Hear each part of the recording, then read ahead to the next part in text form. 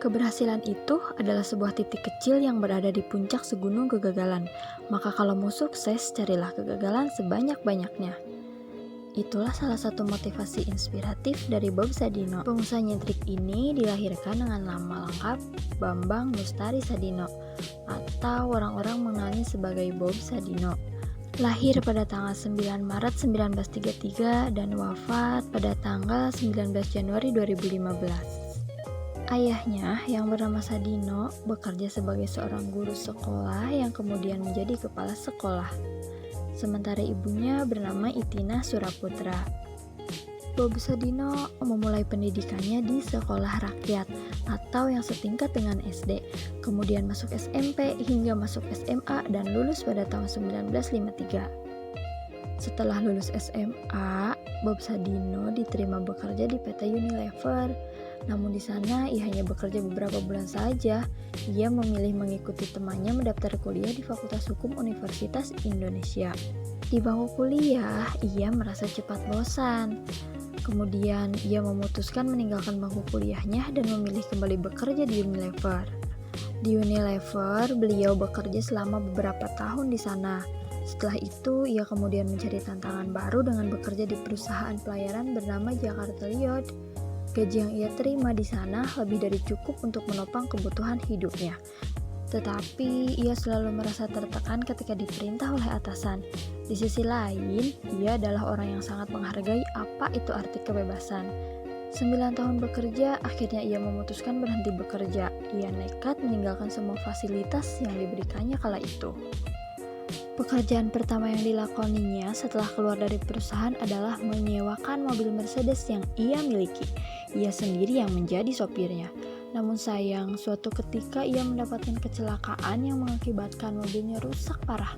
Karena tak punya uang untuk memperbaikinya, Bob beralih bekerja menjadi tukang batu.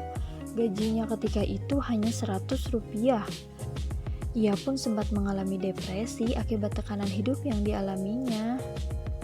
Suatu hari, temannya menyarankan Bob memelihara ayam untuk melawan depresi yang dialaminya. Bob tertarik, ketika beternak ayam itulah muncul inspirasi berwirausaha. Bob memperhatikan kehidupan ayam-ayam ternaknya.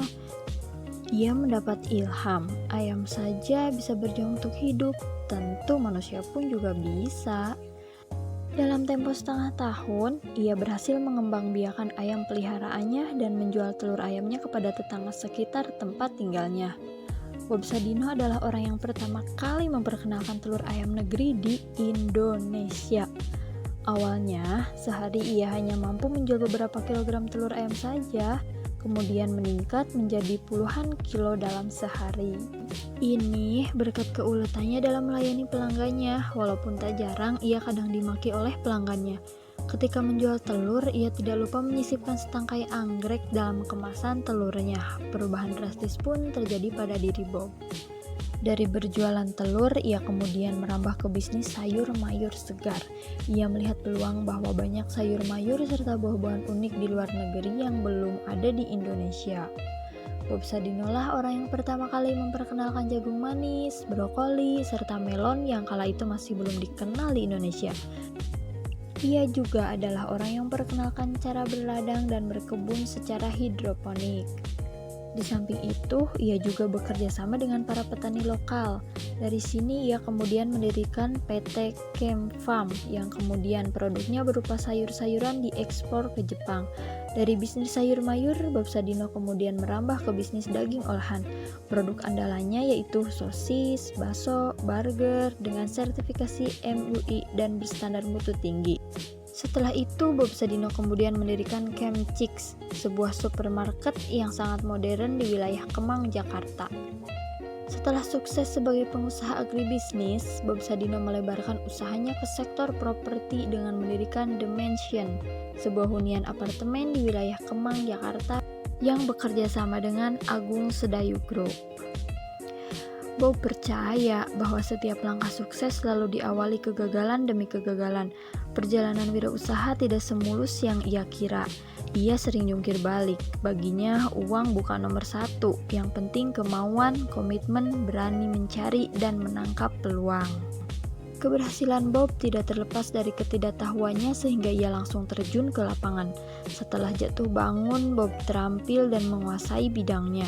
Proses keberhasilan Bob berbeda dengan kelaziman, mestinya dimulai dari ilmu, kemudian praktik, lalu menjadi terampil dan profesional.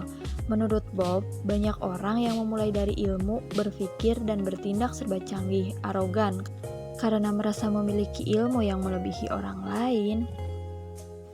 Sedangkan Bob selalu luwes terhadap pelanggan, mau mendengarkan saran dan keluhan pelanggan. Dengan sikap seperti itu, Bob meraih simpati pelanggan dan mampu menciptakan pasar. Menurut Bob, kepuasan pelanggan akan menciptakan kepuasan diri sendiri. Karena itu, ia selalu berusaha melayani pelanggan sebaik-baiknya. Bob menempatkan perusahaannya seperti sebuah keluarga. Semua anggota keluarga Camp Chicks harus saling menghargai. Tidak ada yang utama, semuanya punya fungsi dan kekuatan.